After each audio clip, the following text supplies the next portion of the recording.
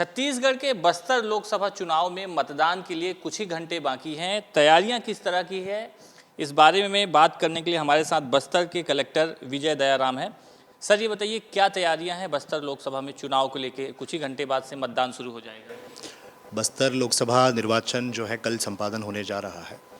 हम लोग पूर्ण रूप से तैयार हैं। हमारे सभी मतदान कर्मी प्रत्येक मतदान केंद्रों में पहुंच गए हैं और बहुत उत्साही है, बहुत ऊर्जावान है। पिछले जो सालों में जो चुनाव हुए हैं उसके मुकाबले मैं पूरी तरह से आशान्वित हूँ। बड़ी संख्या में हमारे मतदाता निकलेंगे और बड़ी संख्या में वोटिंग भी होगी। कितने मतदान केंद्र हैं और कितने अति संवेदनशील मतदान केंद्र हैं, क्योंकि ये पूरा जो इलाका है कहीं ना कहीं नक्सल प्रभावित इलाका माना जाता है बस्तर जो। पूरे लोकसभा की अगर बात करेंगे तो 1957 प्लस 4 सहायक मतदान केंद्र है। अगर बस्तर जिले की अगर बात करेंगे तो 760 मतदान केंद्र प्लस 3 सहायक मतदान केंद्र है।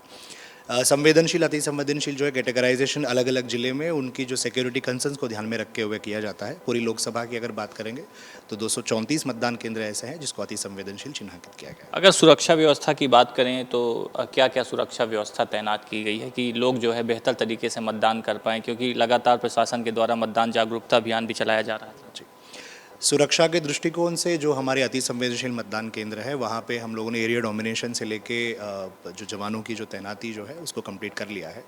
उसके अलावा जो अलग अलग तरीके से जो एक चुनौती रहता है मतदान केंद्र तक पहुँचाने का, उसके आकलन के आधार पर और वहाँ पे जो एंटी सोसाइटी एलिमेंट्स जो होते हैं उसके आकलन पर हम लोगों ने जवानों का तैनाती किया है।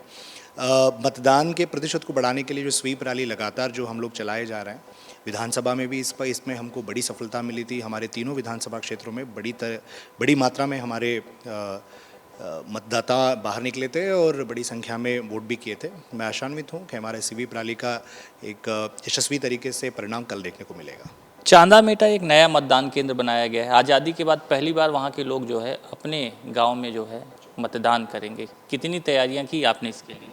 ये बहुत हर्ष की बात है कि चांदा मेटा जैसे गांव जो कभी दुरुस्त इलाके में गिनते ही हैं और एक समय में पूरे नक्सल उसका एक गढ़ माना जाता था। ट्रेनिंग सेंटर के रूप में, बिल्कुल ट्रेनिंग सेंटर के रूप में, और बड़ी संख्या में वहाँ के लोकल जनता भी उसमें उस पूरे मूवमेंट में शामिल भी होते रहे हैं। तो आज के दिन में हम लोगों ने विधानसभा में पहली बार इसको आजमाया, बड़ी सफलता मिली।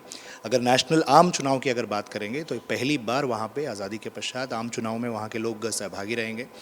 हम लोगों ने उनके बहुत सारी चीज़ें थी जो हमारे संज्ञान में आया, उनके जो मूलभूत जीवन को जिस तरीके से सुधार कर सकते हैं उसके ऊपर काम किया है और उनकी जो आशाएं जो है लगातार बढ़ भी रही है, जो स्वाभाविक है और मैं समझता हूँ कि बढ़ना भी चाहिए। प्रशासन के प्रति उनका एक सजग होना बड़ी ज़रूरी है और उनकी जो मांगे हैं वो हम लोग समय समय पर देखते भी आए हैं और उसको निराकरण भी करते आए हैं। मैं पूरा आशान्वित हूँ कि बड़ी संख्या में जो है कल भी ये लोग मतदान करेंगे। हम वहाँ खुद पहुँचे थे, कहीं ना कहीं सुरक्षा व्यवस्था वहाँ पर्याप्त है और एक बड़ी चीज़ देखने को मिली कि वहाँ के लोग जो है मतदान को लेकर काफ़ी जागरूक हो चुके हैं। बड़ा उत्साह है कि सुबह जाएंगे और मतदान करेंगे, खासतौर पे जो युवा लोग।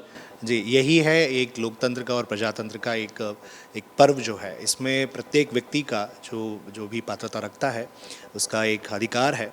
अगर वहाँ के लोग जो पहली बार में इतना आशान्वित है, इतना पूरे तंत्र के साथ, लोकतंत्र के साथ जुड़ने के लिए अगर आगे आए हैं, तो मैं मानता हूँ कि बस्तर का दशा और दिशा का जो भविष्य जो है बहुत अच्छा रहेगा। तो बिल्कुल ये हैं बस्तर के डीएम जो कह रहे हैं कि अब से कुछ ही देर बाद जो मतदान होने वाला है उसके लिए पूरे बस्तर के प्रशासनिक टीम तैयार है। साथ ही वोटरों में काफ़ी उत्साह है कि वो सुबह जल्दी पहुँचें और वोट डालें और अलग अलग क्षेत्रों में पूरी सुरक्षा व्यवस्था भी तैनात कर ली गई है। साथ ही इस आम चुनाव को लेकर वोटरों में काफ़ी उत्साह भी देखा जा रहा है। कैमरा पर्सन होरी लाल के साथ जयप्रकाश त्रिपाठी, एबीपी न्यूज़, बस्तर।